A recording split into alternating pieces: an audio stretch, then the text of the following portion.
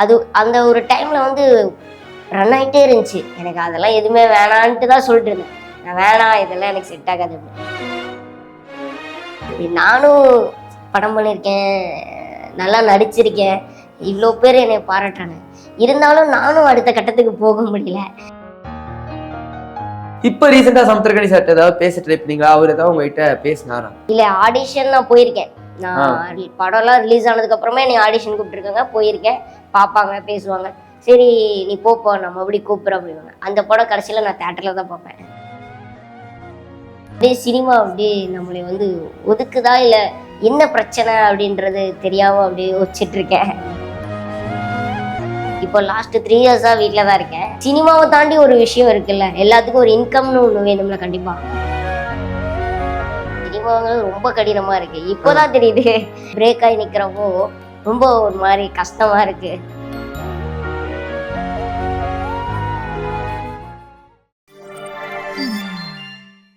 நம்ம எல்லாருமே இது ஒரு தடவை பண்ணியிருப்போம். நம்ம யாராவது ஒருத்தங்க நம்ப மாட்டாங்க, அவங்க முன்னாடி ஜெயிச்சுட்டு போய் சார் இதை பண்ணிட்ட சார் அப்படின்னு சொல்லிட்டு சொல்லணும்னு எல்லாருக்குமே ஒரு ஆசை இருக்கும். அந்த மாதிரி ஒரு விஷயத்த பண்ணி நம்மள மாதிரியே இவரும் நிறைய விஷயம் பண்றாரேப்பா அப்படின்னு தோண வச்ச அப்பா படத்துல நடிச்ச நஷத் அவர்கள் இருக்காங்க. நிறைய விஷயங்கள் அவரோட கெரியர் பத்தியும் அவரை பத்தியும் பேச போறோம். வாங்க பேசலாம். வணக்கம் ப்ரோ. வணக்கம். உங்களை சந்திச்சதுல எனக்கும் சரி எங்க டீமுக்கும் சரி ரொம்ப ரொம்ப சந்தோஷம். முதல்ல எப்படி இருக்கீங்க? நல்லா இருக்கேன். நீங்க எப்படி இருக்கீங்க? ரொம்ப நல்லா இருக்கேன். அதாவது படங்கள் எல்லாம் தாண்டி நிறைய விஷயங்கள் உங்களை பத்தி பேசணும்னு நினைக்கிறேன். நீங்களோட நேட்டிவ் எங்கிருந்து இப்ப சென்னைக்கு வந்திருக்கீங்க? நான் ஈரோடு பக்கத்துல ஒரு வில்லேஜ், கொக்கராயன்பேட்டை அப்படின்ற ஒரு ஊர். அங்கிருந்து தான் நான் இப்போ வந்திருக்கேன். ஓகே. இப்போ சினிமாக்காக மொத்தமா சென்னைக்கு வந்துட்டீங்களா இல்ல வாய்ப்புகள் வரும்போது வந்து போய்கிட்டு? இல்ல, நான் எப்போல்லாம் கூப்பிடுறாங்களோ அந்த டைம் மட்டும் சென்னைக்கு வருவேன். மற்ற டைம் நான் ஊர்ல தான் இருப்பேன். இப்போ லாஸ்ட் 8 months ஒரு பிஸ்னஸ் பண்ணிட்டு இருந்தேன். ஓகே. அந்த பிஸ்னஸ்க்காக அங்கே ஊர்ல இருந்தேன். அது இப்போ டோட்டலாக அதெல்லாம் கொடுத்துட்டு நம்ம கெரியரே பார்ப்போம் அப்படின்னு சொல்லிட்டு கிளம்பியாச்சு. கிட்டத்தட்ட சொல்ல போனா அப்பா படம் ரிலீஸ் ஆகி 8 வருடங்கள் கடந்துருச்சுன்னு நினைக்கிறேன். இந்த 8 வருட பயணம் உங்களுக்கு எப்படி இருந்தது? கொஞ்சம் அதுக்கு அடுத்தடுத்து நான் படம் பண்ணேன். அப்ப எனக்கு தொண்டன் பண்ணேன், பிழை பண்ணேன், அப்புறம் மலையாளத்துல அப்பெல்லாம் பண்றப்போ அது டைம் அப்படியே போயிட்டே இருந்துச்சு. இப்போ லாஸ்ட் 3 இயர்ஸா வீட்டில் தான் இருக்கேன். ஏன் அதுன்னு எனக்கு தெரியல. எல்லாரும் கேட்குறாங்க, ஏன் நீங்க அடுத்த படம் பண்ணலன்ட்டு. பிரேக் ஆகி நிற்கிறப்போ ரொம்ப ஒரு மாதிரி கஷ்டமா இருக்கு. நம்ம இப்படி போயிட்டு இருந்த டைம் டக்குன்னு ஒரு பிரேக் ஆனதுல ஒரு மாதிரியா ஃபீலாக தான் இருந்துச்சு. நான் பண்ண படமும் ஹிட்டான படம். நான் பெரிய டேரக்டர் கூட பண்ணேன். நான் பண்ண கேரக்டர் இப்போ வரைக்கும் பேசுகிறாங்க. 8 வருஷம் ஆனாலும் என்னை யாருமே மறக்கிறதே இல்லை. இப்போ பார்த்தாலும் எல்லாரும் பார்க்குறாங்க, பேசுகிறாங்க.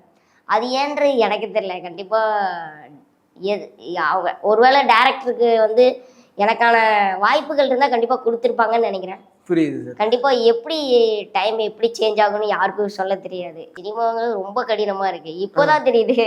அது வாய்ப்பு வந்து எனக்கு ஈஸியாக கிடைச்சிருச்சு. நான் வந்து சான்ஸ் கேட்டோ வந்தோ அதெல்லாம் பண்ணல.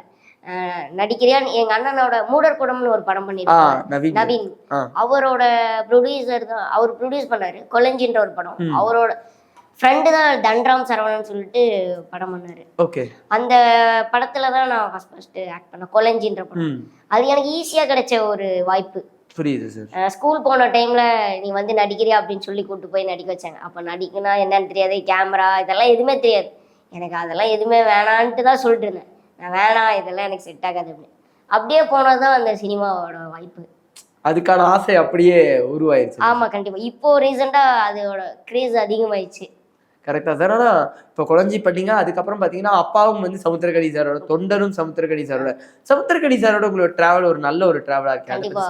அவர் வந்து ஒரு சினிமாவெல்லாம் தாண்டி ஒரு ஃபேமிலி ரிலேஷன் மாதிரி எனக்கு ஆயிட்டாரு. ஓகே. எந்த ஒரு ஹெல்ப் எதுனாலும் கண்டிப்பா பண்ணுவாரு. அவர் ஒரு எனக்கு சினிமாவில் கிடைச்சது மிகப்பெரிய ஒரு கிஃப்ட்னே சொல்லுவேன் அவரை. சமுத்திரக்கனி சார். கண்டிப்பா. இப்போ ரீசெண்டா சமுத்திரக்கனி சார் ஏதாவது பேச ட்ரை பண்ணீங்களா? அவர் ஏதாவது உங்ககிட்ட பேசினாரா? இல்லை, இப்போ லாஸ்ட் டைம் பர்த்டே கூட விஷ் பண்ணாரு, ரிப்ளை பண்ணாரு. நம்ம கூடிய சீக்கிரம் கண்டிப்பாக மீட் பண்ணுவோம்டா, பண்ணுவோம் ஏதோ பெருசு அப்படின்னா. சரிங்க, அது நான் எப்பயுமே அது டச்லேயே தான் இருப்பேன் அவர் கூட. சமுத்திரக்கனி சார்கிட்ட நீங்கள் மொத்தமாக நடிக்கிறதுக்கு தான் ட்ரை பண்ண போகிறேன்னு எப்போ சொன்னீங்க? அவரோட ரியாக்ஷன் என்னவா இருந்தது? அவர்கிட்ட சொன்னீங்களா இது மாதிரி நான் மொத்தமாக இனிமேல் நடிக்க தான் ட்ரை பண்ண போகிறேன்னு? இல்லை, அவருக்கே தெரியும். ஓகே. நான் மொத்தம் ஆல்ரெடி இதை தான் நடிச்சாச்சு. இதுக்கு மேலே நம்ம லைஃப் இதில் தான் ஜேர்னி ஆக போகுதுன்ற அவருக்கும் தெரியும், எனக்கும் தெரியும். அடுத்தடுத்து கண்டிப்பா படம் பண்ணணும். ஓகே. வாய்ப்புகள் அவர்கிட்ட கேட்கறதுண்டா? அவர் என்ன சொல்லுவாரு? இல்ல வாய்ப்பு அவருக்கே தெரியும். அவரா கண்டிப்பா கொடுப்பாரு, அவருக்கே தெரியும். நான் அதெல்லாம் கேட்கலாம் மாட்டேன். அதுவா தானா? கண்டிப்பா தானா வந்த ஒரு விஷயம். நம்மள இது எங்கேயும் விட்டு போகாதுன்ற ஒரு நம்பிக்கை எனக்குள்ள இருக்கு. கண்டிப்பா. அதே மாதிரி அப்பா 2 வந்து வருங்கிறது மிகப்பெரிய ஒரு எதிர்பார்ப்பா இருந்தது. அதுவும் அனௌன்ஸ் பண்ணப்பட்ட போது எல்லாருமே சந்தோஷமும் பட்டாங்க. பரவாயில்ல. ஏன்னா அந்த அப்பா படத்துல அவரோட கேரக்டர் அவ்வளோ ஒரு பெர்ஃபெக்டான ஒரு கேரக்டரா இருக்கும். அந்த நம்ம எல்லாருமே அந்த இந்த மாதிரி ஒரு அப்பா தானப்பா எல்லாரும் ஆசைப்பட்டோங்கிற மாதிரி ஒரு கேரக்டர். எல்லாருமே செகண்ட் பார்ட் வரும்னு எதிர்பார்த்தாங்க. நீங்க அதை எவ்வளவு எதிர்பார்த்திருக்கீங்க? எனக்கு அது வந்தாதான் அடுத்த நசாத் யாரு அப்படிங்கிறது கண்டிப்பா தெரிய வரும்னு சொல்லி ஒரு இதுலதான் இருந்தோம். அது அந்த லாக்டவுன் பிரச்சனைனால அப்படியே ஸ்டாப் ஆச்சு. அதுக்கு முன்னாடியே ஷூட் போறது தான், எல்லாமே ரெடி ஆகி எல்லாமே ஆயிடுச்சு. கண்டிப்பா அது நடக்கும். அந்த படம் அப்பாவோட இன்னும் பயங்கரமா வெற்றி அடைன்ற ஒரு நம்பிக்கையில இருக்கேன். இப்போ அப்பா படத்துல ஒரு டைலாக் வரும்ல சார், சார் நான் பாஸ் ஆயிட்டேன் சார் அப்படின்னு ஒரு டைலாக் வரும். அது மாதிரி உங்களுக்கு ஏதாவது சக்சஸா பண்ணிட்டு ஒரு நல்ல ஒரு ரோல் பண்ணிட்டு யார்கிட்டயா போயிட்டு சார் நான் ஆக்டர் ஆயிட்டேன் சார் அப்படின்னு சொல்லணும்னு ஆசை இருக்கா உங்களுக்கு? இல்ல அப்படி இல்லை. ஓகே. அது படத்துல கொடுத்த ஒரு டைலாக், அது அவ்வளவுதான். அப்போ அது அந்த ஒரு டைம்ல ரன் ஆகிட்டே இருந்துச்சு.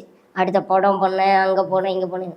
இந்த ஒரு 4 வருஷம் கேப்பில் அப்படியே சினிமா அப்படியே நம்மளை ஒதுக்குதா இல்லை என்ன பிரச்சனை அப்படின்றது தெரியாமல் அப்படியே யோசிச்சுட்டு இருக்கேன். இதுல என்ன பிரச்சனை நடக்குது, இங்க என்ன நடக்குது, என்ன நம்ம ஏதோ தப்பு பண்ணிட்டோமோ இல்லை அந்த மாதிரி எனக்கு தோணுது. ஓகே. எதனால இப்போ அப்படி தோணுது? இப்போ நீங்க என்ன ஆடிஷன்ஸ் போய் ட்ரை பண்ணிட்டு தான் இருக்கீங்களா? இல்லை, ஆடிஷன் நான் போயிருக்கேன்.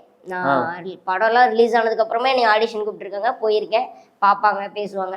சரி நீ போப்போ நம்ம அப்படி கூப்பிட்ற அப்படிவாங்க. அந்த படம் கடைசியில் நான் தேட்டரில் தான் பார்ப்பேன். ஆனால் நீங்கள் நார்மலாக என்ன ரீசன் சொல்லுவாங்க உங்ககிட்ட? இல்லைப்பா இந்த கேரக்டர் இல்லை ரீசன்லாம் சொல்ல மாட்டாங்க. ஓகேப்பா நாங்கள் கால் பண்ணுறோம் நீங்கள் போங்க அப்படின்னு தான் சொல்லுவாங்க. ஓகே அப்படின்னு சொல்லிட்டு நானும் கிளம்பி வந்துடுவேன். படங்கள் தாண்டி ஏதோ நமக்கான இன்கம் வர மாதிரி நம்ம ஒரு பிஸ்னஸ் பண்ணணும். அது கண்டிப்பாக பண்ணணும். ஏன்னா சினிமாவை தாண்டி ஒரு விஷயம் இருக்குல்ல, எல்லாத்துக்கும் ஒரு இன்கம்னு ஒன்று வேணும்ல. கண்டிப்பாக எல்லாரும் சினிமாவை நம்பியே எல்லாரும் இருக்க போகிறதில்ல. அவங்களுக்கு வேற வேற ஒரு விஷயம் இருக்கும், பிஸ்னஸ் இருக்கும், அவங்க ஃபேமிலி ரீதியாக ஏதோ வேற ஏதோ பண்ணுவாங்க. அந்த மாதிரி நானும் ஏதோ ஒரு பெரிய பிஸ்னஸ் பண்ணும் ஓரளவுக்கு நமக்கு தகுந்த மாதிரி நான் ஒரு பிஸ்னஸ் பண்ணுற ஒரு ஐடியா இருக்குது. நான் அந்த படத்தில் ஒரு டைலாக் வரும், நமக்கு எதுக்கடா இருக்கட தெரியாமல் இருந்துட்டு போயிடும். அந்த டைலாக் தான் எல்லாத்துக்கும் ரொம்ப பிடிச்ச டைலாகு. இப்போ வரைக்கும் எல்லாரும் சொல்கிற டைலாக் அதுதான். நிறைய பேஜில் கூட மீம்ஸ் கிரியேட்டர்லாம் போடுவாங்க என்னை வச்சு, அதெல்லாம் பார்த்துட்டு தான் இருப்பேன். ஆனால் அந்த மீம் கிரியேட்டர்ஸ் எல்லாம் அவங்கள வச்சு மீம் போடுவாங்களா நிறைய, நானும் பார்த்துட்டேன். இப்போ வரைக்குமே அந்த டெம்ப்ளேட் யூஸ் பண்ணிட்டே இருப்பாங்க. அது மீம்ஸில் உங்களை நீங்களே பார்க்கலாம் எப்படி இருக்கும் ஆக்சுவலி? ஓகே, அது நல்லா தான் இருக்கும். நம்மளை பற்றி ஒன்றும் யோசிச்சுட்டு தான் இருக்கேங்க. நம்மளே தெரியுது, இவ்வளோ பேர்த்துக்கு தெரியுது, அது ஒரு ரீச் தானே. ஓகே, அதெல்லாம் நான் பெருசாக எதுவும் கண்டுக்க மாட்டேன். கண்டிப்பாக. நீங்கள் ஒரு பேட்டியில் சொல்லியிருந்தீங்க, சினிமாவில் ஜெயிக்க திறமை இருந்தால் மட்டும் போதும்னு சொல்லுவாங்க, ஆனால் அது மட்டும் போதாது அப்படின்னு சொல்லிட்டு நீங்கள் சொல்லியிருந்தீங்கல்ல. திறமையை தாண்டி சினிமாவில் ஜெயிக்க வேற என்னெல்லாம் தேவைன்னு நினைக்கிறீங்க? எனக்கு அது சுத்தமாக தெரியல. ஓகே. நானும் படம் பண்ணியிருக்கேன், நல்லா நடிச்சிருக்கேன், இவ்வளோ பேர் என்னை பாராட்டுறாங்க. இருந்தாலும் நானும் அடுத்த கட்டத்துக்கு போக முடியல. அது எனக்குள்ளேயே இருக்க ஒரு கேள்வி, ஏன் அப்படின்றது எனக்கும் தெரியல. அதுக்கான தேடல் தான் போயிட்டுருக்கு. யாராவது ஒருத்தர் கூட எப்பவுமே ஒரு ஆசை இருக்குல்ல, சினிமா இண்டஸ்ட்ரிக்கு வரக்கு முன்னாடி அந்த ஆசை இல்லைனாலும் இண்டஸ்ட்ரியில ஒரு 4 பேருக்கு நம்மளை தெரியும் போது ஒரு ஆசை இருக்குல்ல, இவங்களோட சேர்ந்து ஒரு சீன் நடிச்சா நல்லா இருக்கும்பா, இவங்களோட ஸ்க்ரீன் ஷேர் பண்ணா நல்லா இருக்கும்பான்னு. யார் கூட அந்த மாதிரி உங்களுக்கு நடிக்கணும்னு ஆசை? அப்படி நடிக்கணும்னு ஆசை இல்லை எனக்கு. அஜித் சார் எனக்கு ரொம்ப பிடிக்கும்.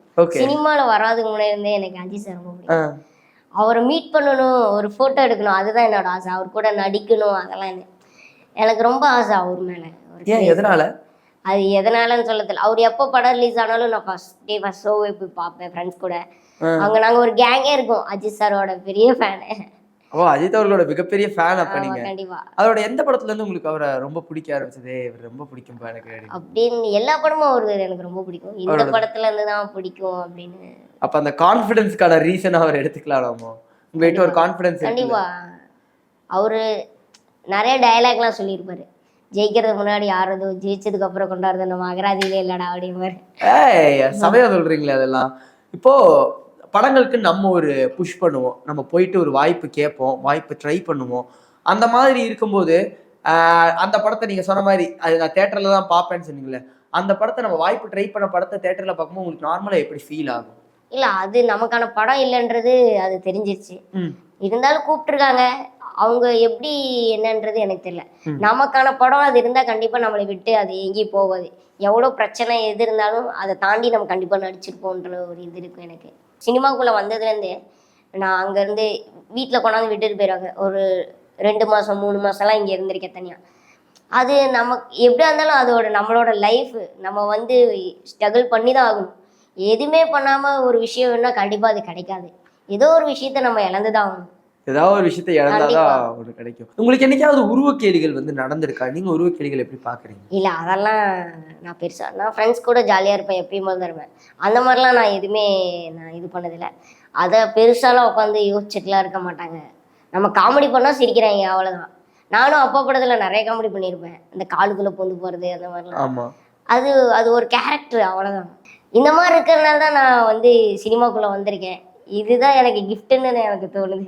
ஒவ்வொருத்தவங்களுக்குள்ளேயும் ஒவ்வொரு விஷயம் இருக்கும்.